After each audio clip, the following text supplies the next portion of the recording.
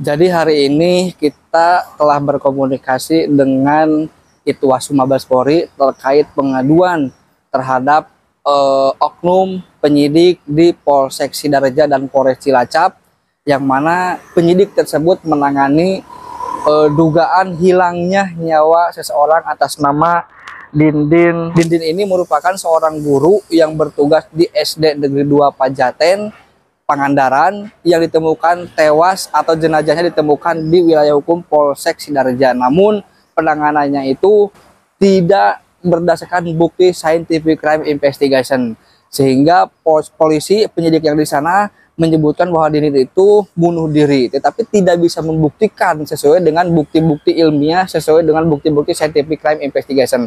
Makanya kami ke sini sudah menyampaikan pengaduan kepada Ditpropam, dan rencananya dalam waktu dekat ini mudah-mudahan Itwasum akan segera melaksanakan gelar perkara khusus dengan mengundang penyidik yang menangani kasus almarhum D di Polsek Sidareja dan Polres Cilacap, Polda Jawa Tengah, untuk melakukan gelar perkara khusus di Mabes Polri. Terus yang kedua, di sini saya mengapresiasi, terima kasih banyak kepada rekan-rekan jajaran dari Polres Pangandaran yang telah menerima pengaduan daripada keluarga almarhum korban beserta kami, di mana teman-teman penyidik dari Polres Pangandaran ini saat ini sedang bergerak melakukan penyelidikan pemeriksaan dari atas pengaduan dari keluarga korban.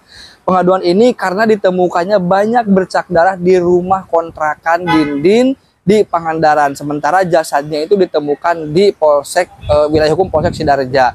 Nah, mudah-mudahan kasus tewasnya almarhum D, seorang guru ini, bisa benar-benar terkuak, bisa benar-benar terbukti apakah murni bunuh diri atau ada yang dibunuh. Tapi berdasarkan data-data, informasi, petunjuk yang kami kumpulkan, kami sangat yakin bahwa almarhum Dindin ini dibunuh oleh seseorang yang tidak bertanggung jawab.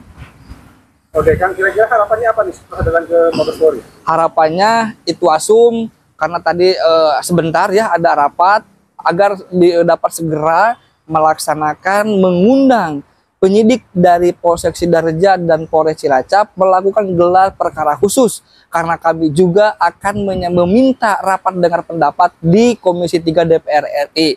Tentu rapat dengar pendapat ini agar penyidik Polsek Sidareja dan Polres Cilacap ini menyampaikan secara utuh, jangan berdasarkan keterangan daripada saksi, karena sampai berapa puluh tahun pun kalau kita berdasarkan keterangan saksi di tempat ditemukannya jenazah itu tidak akan ada petunjuk bahwa Dindin ini dibunuh oleh orang yang tidak bertanggung jawab.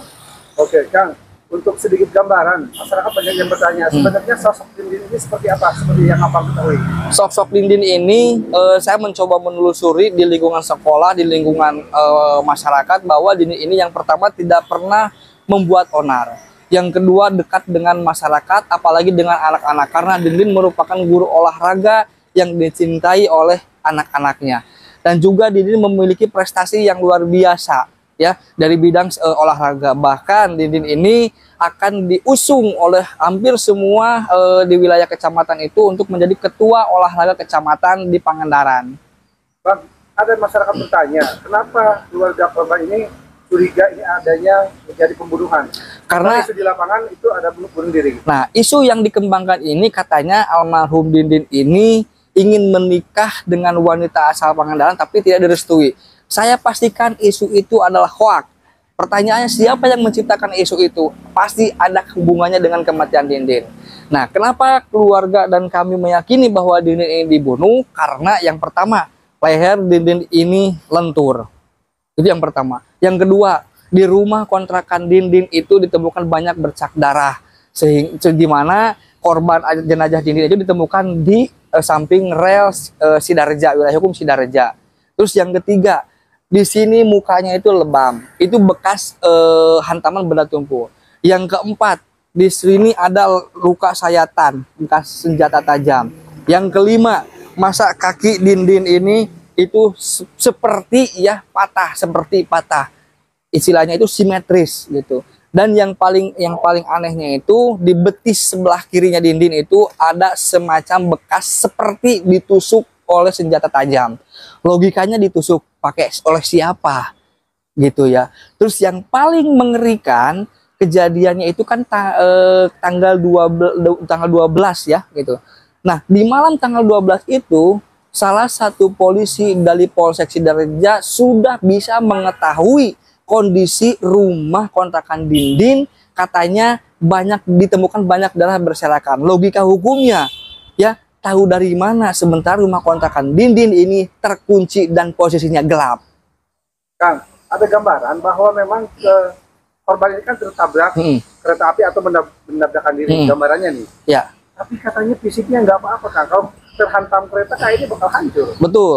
Jadi dikabarkan itu adalah tertabrak kereta api atau menabrakkan kereta api. Sederhananya kita berpikir oleh masyarakat yang awam, orang yang tertabrak kereta api atau menabrakkan diri kereta api pasti ada anggota tubuh yang hancur.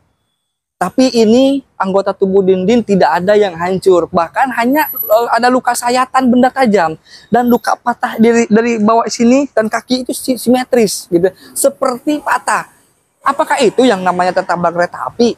Nah, yang paling mengerikan, penyidik Polsek Sidareja dan Polres Cilacap, keluarga meminta digali lagi makamnya, dilakukan ekshumasi atau otopsi terhadap mayat. Mereka tidak pernah mau. Itu tanda tanya besar, kenapa gitu. Padahal itu bisa menjadi petunjuk yang jelas. Betul, itu adalah bukti secara ilmiah gitu. Ditemukan Dindin ini tewasnya karena benda apa? Apakah benturan kereta api atau memang ada hal lain yang mengakibatkan Dindin ini meninggal? Kan itu bisa dibuktikan dengan keilmuan. Kang, saya pernah mendengar informasi bahwa pada pukul 16 di rumah Dindin itu banyak darah. Ya. Dan pada pukul 16 juga dia mulai berangkat ke Cilacap. Ya. Perjalanannya berapa lama, Kang, dan jaraknya berapa jauh kira-kira? Dari Pangandaran ke Sidareja itu kurang lebih 1 jam. Logikanya kalau banyak darah keluar di rumah kontrakan, melakukan perjalanan menggunakan kendaraan bermotor, itu tidak akan mampu. Pasti akan pingsan di jalan juga. Seperti itu. Jadi pakai logika lah gitu. Oke, jadi semuanya itu memang sangat berlawanan dengan logika. Sangat berlawanan. Tetapi yang paling utamanya lagi nih, selain ada petugas polisi yang pada malam itu kejadian ditemukannya jenazah, mengetahui kondisi rumah itu banyak ditemukan bercak darah, mereka ada yang bilang juga, kenapa bisa tahu? Karena katanya dibongkar rumah itu dengan warga. Padahal warga tidak pernah ada yang mendobrak rumah itu. Tidak ada pengakuan dari warga. Tidak ada pengakuan dari warga itu. Terus yang kedua, sebelah mana mereka membongkar rumah itu? Sementara 3 hari setelah kejadian itu, kondisinya itu rumah itu mulus. Dibuka kunci pun berbarengan dengan dari Satpam, dengan RT, dengan RW, bahkan didampingi oleh petugas dari Polsek Sidamulih gitu. Itu nggak ada bekas pembongkaran. Jadi yang menghembuskan isu membongkar rumah untuk mengetahui banyak yang bercak darah itu harus diperiksa. Oke, Kang, terakhir ada pesan apa untuk Kapolri dan Presiden kita yang baru, Pak Prabowo Subianto? Saya sangat-sangat mengacungkan jempol dan sangat-sangat hormat kepada Bapak Presiden Prabowo Subianto. Itu adalah presiden dambaan saya, dan Bapak Kapolri Pak Listio Sigit. Saya berharap ini bisa benar-benar dibuka, karena ini masalah nyawa. Bukan nyawa kambing, bukan nyawa ayam, bukan maling ayam, bukan maling uang negara, tapi hilangnya nyawa hak asasi manusia. Saya berharap ini bisa segera dilaksanakan gelar perkara khusus dan rapat dengar pendapat di Komisi 3 DPR RI. Dan lebih utamanya, mudah-mudahan Polsek Pangandaran itu bisa mengungkap kejadian yang sebenarnya.